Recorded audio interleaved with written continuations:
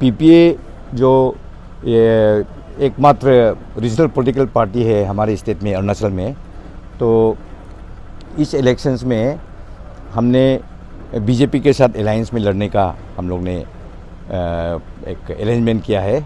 और वो अरेंजमेंट है under as the member of NEDA, north east democratic alliance, जिसको कुछ साल पहले अमित शाह जी ने दिल्ली से आके गठन किया था और इसका नेडा का फर्स्ट मीटिंग गुवाहाटी पे हुआ था। तो जितने भी नॉर्थ ईस्ट में ये रीजनल पॉलिटिकल पार्टीज़ है, सब लोग नेडा के मेंबर होते हुए और हमारा पीपीए इस मेंबरशिप को बीच में हम लोग का कुछ डिफरेंसेस हुआ था, तो हमने दूरी मेंटेन किया था, लेकिन हम लोग अभी मेंबरशिप को रिन्यू करके ये इलेक्शंस हम लोग अलायंस में लड़ने जा रहा है। और ये आज का जो प्रेस कॉन्फ्रेंस, हमें ये प्रेस कॉन्फ्रेंस के थ्रू से ये पब्लिक को मैसेज देना था कि हम लोग ने इस बार ये पार्लियामेंट्री इलेक्शंस में कैंडिडेट्स फिल नहीं करने का हम लोग ने ये पार्टी ने डिसीजन लिया। और हमारा असेंबली कॉन्स्टिट्यूंसीज में हमारा पार्टिसिपेशन होगा। और इसी बात को लेकर हमने पब्लिक को ये जनाने का कि जो भी हमारा पीपीए वेल विशर्स है, पीपीए सपोर्टर्स है, जिस कॉन्स्टिट्यूंसीज में ईस्टर्न बोलो वेस्टर्न बोलो, जिस कॉन्स्टिट्यूंसीज में हमारा पीपीए का असेंबली कैंडिडेट्स हैं, तो वहाँ पे हम लोग अपना असेंबली कैंडिडेट पीपीए कैंडिडेट को जिताना है। और एमपी में हम वेस्टर्न में हम किरेन रिजिजू जी को हम लोग जिताना है और ईस्टर्न पार्लियामेंट्री कॉन्स्टिट्यूंसीज में श्री तापिर गाव को। यही एक मैसेज देना था। पीपीए ने क्यों बीजेपी के साथ अलायंस बनाया? अलग पार्टी को भी तो कर सकते हैं।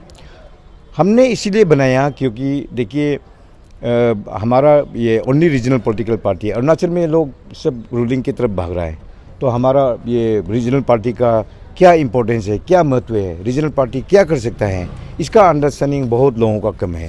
तो unless you have an authority, आपका अपना कुर्सी नहीं होगा, आपका एक पोजीशन नहीं होगा, तो पार्टी को आगे ले जाना बहुत ही मुश्किल होता है। इसीलिए हमने 5 साल 10 साल for another 5 to 10 years we want to go the Sikkimese model. Sikkim Democratic Front जैसे जाता है, अरुणाचल वही करना चाहता है। जो भी दिल्ली में सरकार बनेगा उसके साथ हम हैंडशेक, सिक्किम का भी वही है।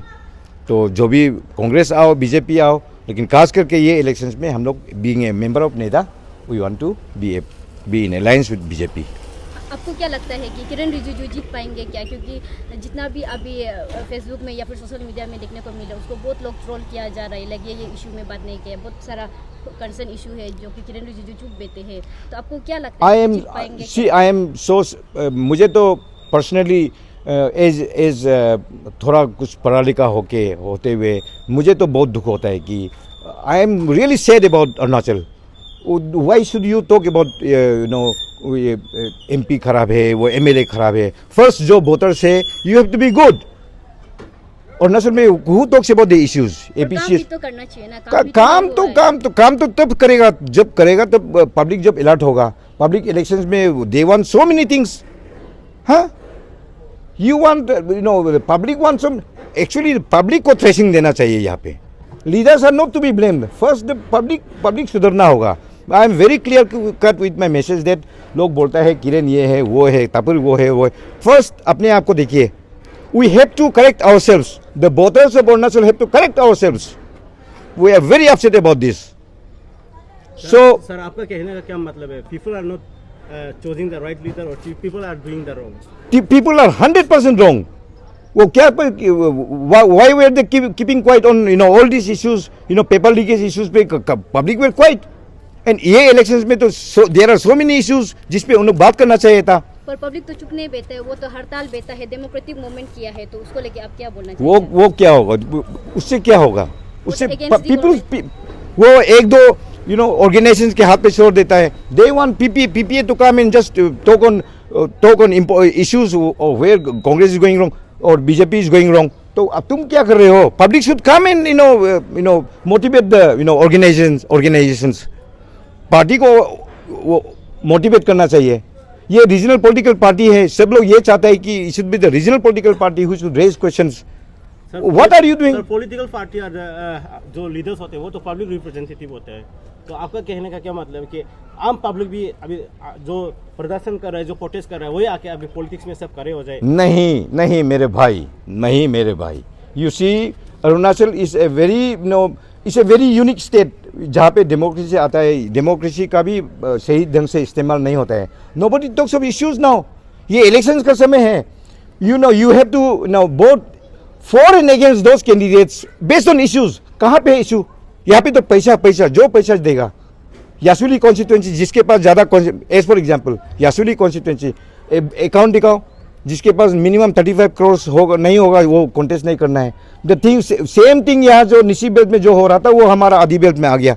आदि belt we never use to expect money from the candidates. They also Nyishi वाला लोग लेता है तो हम लोग भी लेगा। अरे व्हाट इज हैपनिंग? ये तो बहुत दुख का बात है। तो वेरी सैड। तो आपको लगता है कि तो किरण रिजिजू को पब्लिक वोट करने से तो वो वो तो करेगा, वो ही है, दे विल डू। आप देखो, they will never vote him out of power, they will never vote तबरीगा आउट ऑफ पावर। करेगा। बात बाहर में कुछ और करता है और है। तो अभी तक क्या काम किया, कौन सा project? I don't know about it. मुझे तो ये पता नहीं कि किरण रिजिजू ने क्या किया। वो तो वेस्टर्न पार्लियामेंट्री वाले जानते हैं, तपरीगांव जानता है। ये तपरीगांव जो किया है हमारे ईस्टर्न पार्लियामेंट्री वाले जानते हैं। मैं अपना पॉलिटिकल पार्टी रन कर रहा हूँ। मुझे मेरे पीपीए के बारे में मुझे पूछिए। Sir, will the PPA will come for the upcoming MP and election in the future? We wanted, I wanted to contest as an MP from Eastern Parliamentary Constituency. यहाँ होता नहीं है अरुणाचल में। It's not, you just, beggars cannot be choosers here. It's very sad.